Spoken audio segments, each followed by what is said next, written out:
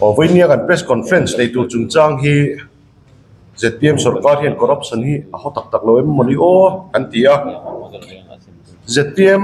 party manifesto chapter pakwana point el na duai akhan e ru na ti bo tura na satakam malak aniang i khan an manifesto a chiang a chuang ko maya an intiam na then kha thei a lo cham chho mek kan huwa ani turangan ti lo he ang mai hian e ru na chung chang kan do an ti po hi an ti tak tak taloe moni o ti turin thil a thleng chho mek ani kan thithwa lai autonomous district council Congress le MNF in sarkana tuang takina siama CM phejuan kan Congress MDC kumwan tha jinja kha CM ani nge ni chutia sarkana tuang taka kalnai me kin thok le khata pai thuk thut ani ta ZPM sarkar alo piang ta pu vizir sanga chu CM LADC how to pa pe ni turin laklu ani tani kan thriat thawangin pu vizir sang hi corruption case neya special court in corruption case corruption chungchanga kumlia tang tur le chengnoi I choi turati khania special court prevention of corruption act judge HTC lalrin chana khan nikum January ni som pakwa sang hi som ni pali khan IPC section za som ni na pi criminal conspiracy IPC 409 criminal breach of trust by public servant IPC 420 cheating le prevention of corruption act noya executive member LADC in charge education ani laya cheng bible che khat point pathum ching pena apu thiamlo achantir khani he thu ve ka hian February ni sari sangi somni pali khan ZPM thalai pon press statement kha an siam nge ni puvizir sanga he corruption case ani wang thiamlo chan khan CM ani chunjom tumna na taket andema hemi hian kan hriat tu chu puzir sa khan high court appeal wangin bel khan chuang le ta khani khata khan ZPM thlai khan an statement na takin an dema ramle nam ang point min ti mol pho tu ani an ti nge ni kha kan ram ro le sang bera ati zaum lova ati borbanga kan ngai an tia chu vain heng ang e rup na laka filim lo ram foi tu lu bernina jal sunzom zela tum hi mak kan ti le an ti nge ni kha hi ke mani statement ni lo MNF statement ni lo ZPM press statement nge February ni sari sang ni somni pali ami khania maro chu thil hi amak khopa lal le thunei na an chan theina an chuan special court prevention of corruption act in thiamlo a chan tir nge po mani loka lairamte paber an jinga ho tu berni turin ZPM sarkar ZPM CM dalu ani hemi hian kan zona chu ZPM hian lal na le thunei na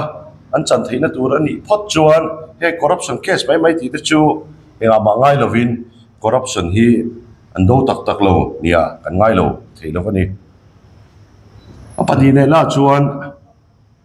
house house leader in kan chief minister ni bokin longtlai west bial tu busui si ngun lian chu kha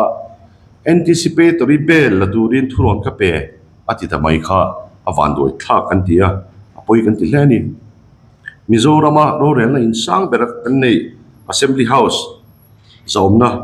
ti borban phalea kan ngaya mani MLA pui thamlo takle invauna nga ngai thei thil thleng kha khang kha thleng to mi lo se kan du hlani chung chu zona kan nei tanwala apakhat na chuan pusingun lian chu hian anticipatory bail la turin khoi ko ta nge thu boy nei kan siam zom tak hian mi puite min fil turin kan du le ni apadi le na chuan kan siam zom tak hian Mizoram mi puite pa special court in a convict to thu boy nei thiam lo chan tir to LAD sia CM ni tura tana da tamai hi yan corruption ado nekin mi corrupted in hun poimo da poiti lovin corruption hi an hui choin an do tamai em ni kan ti ni kan zo na pakhat le dang chu September ni som pathum sang ni som ni pali khan kan chief minister hian puzir sang hi phone in bia puzir sanga hi an ina kovin i hova LADC sarkar na siam kan du ati anti hi thu tak tak aniem kan chief minister hian hetiang hian alo ti regem ti kan zot boka he hi a chana kan du boka ni kan zona pakhat le chu pu zil sang hian February ni sang ni som ni panga khan aina MNF MDC tangte online heti hian asoi antia det ni som pathum thakua sang ni som ni palia CM ne na ani biakna heng te CM khan alo tiam rengem ni apakhan na chorama personal chungchang CM ani tur chungchang le enget thil dang kan felowa personal thil antia chunga chonenge kan CM na laka intiam kamna alo nei provincial high school som pariat LADC lan tite atiame antia nge puiwal reef sanctuary le phongpui national park po LADC kutan antia officer post somni don la na tura pe permission pek tite CM bangla saski manga thoa athom that tingal tur tite hi puzir sanga hian an CM hian min tiamani atia heya press con release tanga te po khilai longklai lama press con release te po kan long hu to kha voi ni thleng hian a chan kan la dong lova kan chief minister hian puzir sa hi CM ahova LADC sarkar na CM turin September ni som pathum sang ni som ni pali khan som ngeyem anin be ngeyem ti kan zona nia chumi pialama ni china kan soito thil tam tak anin tiam na personal thil tele a thil sang aham thatna tur om thei provincial high school som pariat LADC kudahlan ti te CM bangla saski manga tho tur ti te phongpui national park ngeng pui wildlife sanctuary ti te LADC kudahlan ti te le officer post som ni lai la na tur permission pek ti te pulal do ma hian alo tiam nge ka chief minister zom takian ti hi kan zona nia henga tanga langa chiang ta mai chu kan sarkar frontline mek hian a mui chuan corruption an do ani mana amaro chu tak rama corruption an do lova mi corrupte chu an choi sang zo ka ro rela in sang ber autonomous district council CM ten an la data an manifesto chapter kwa point ela an dang khan eru na ti tu turana sa takapa la ka niang an tiang te kha an ti lo cham der chu nia chu tiang pokin an manifesto tam tak an ti lo cham chozela chu vai congress party an voini kan zo chu kha kan point te kha fia lalna le chu neina tan chuan corruption hi nga man ngai lo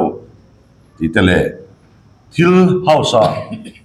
an MLA zom takten an zo du deflect nan thil danga apakai zum te thalo kan ti le a tiang thleng to lo se kan duwa le kan zo na sang kan ron tar lan to te kha kan CM hian ama le puzit sang in kar te po an hi wangin thudik an ngeyem ti hi min po chua sak ngei turin kan phut ani